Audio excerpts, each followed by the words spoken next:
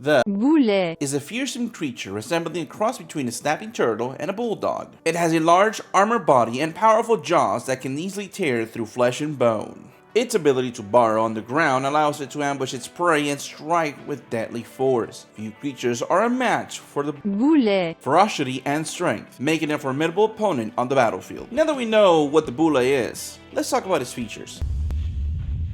The Bulette. has a borrowed speed of 40 on top of its own speedy 40 feet of movement speed, a +6 to its perception with a dark vision of 60 feet and a tremor sense of 60 feet with a passive perception of 16. As far as languages go, none. Its only feature is standing leap. The Bulette. long jump is up to 30 feet,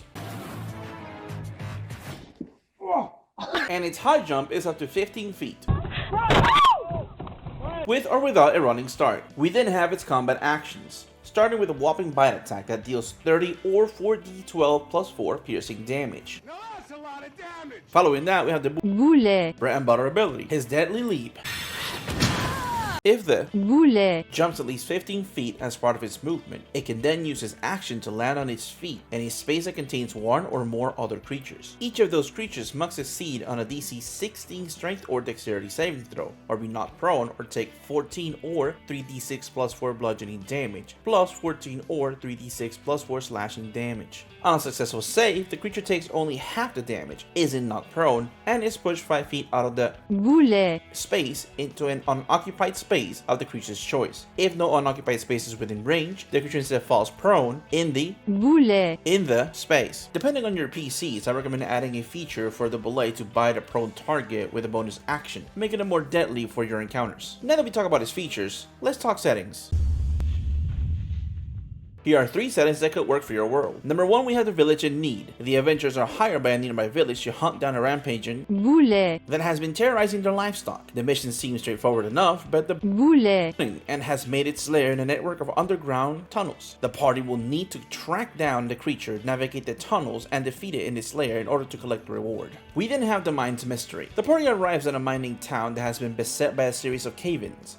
The miners are convinced that the cause is a Bulette. that has taken up residency in the tunnels, but the town's leadership believes that the cave-ins are just a result of shoddy mining practices. The party will need to investigate the tunnels, determine the cause of the cave-ins, and either defeat the Bulette. or clear the town's name. Lastly, we have the mad engineers. The party hears rumors of a Bulette. that has been attacking travelers on a road that runs through a dense forest. When they investigate, they discover that Bulette. has been modified by a group of gnomish tinkerers who have been experimenting with machine-like implants. The Bulette. now has a unique trait. It can shoot explosive spines from its back. The party will need to navigate the forest, find the tinkerers' labs, and either destroy the Bulette. or convince the gnomes to remove the machine-like enhancements. Now that's all we have for settings, so let's talk some strategy.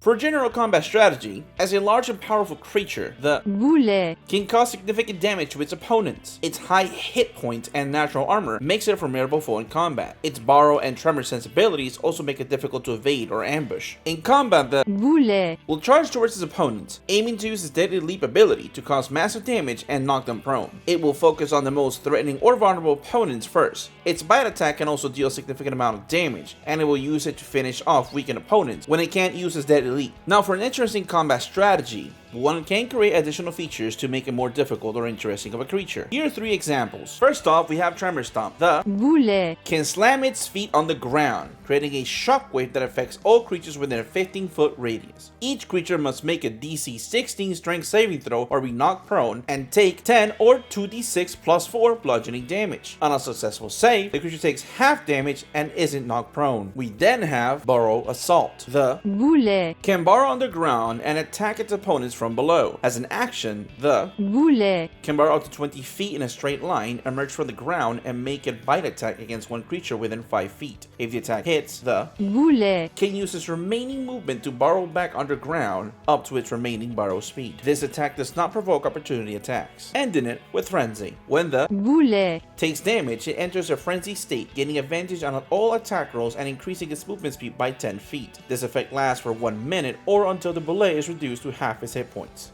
To maximize the Bulette's potential in combat, it can start by using its Tremor Stomp to knock down as many opponents as possible. It can then use his deadly leap to attack those who are still standing, and finish them off with a bite. If the Bulette is taking significant damage, he can use his Frenzy ability to gain advantage and turn the tide of the battle. Finally, if the Bulette needs to retreat or reposition itself, it can use its borrowed speed to move underground and emerge elsewhere in the battlefield, ready to strike again. That's all we have for today's video. Please like, follow, and subscribe. Tell me about your favorite encounter with a Bulette in the comment section below. Have a good one.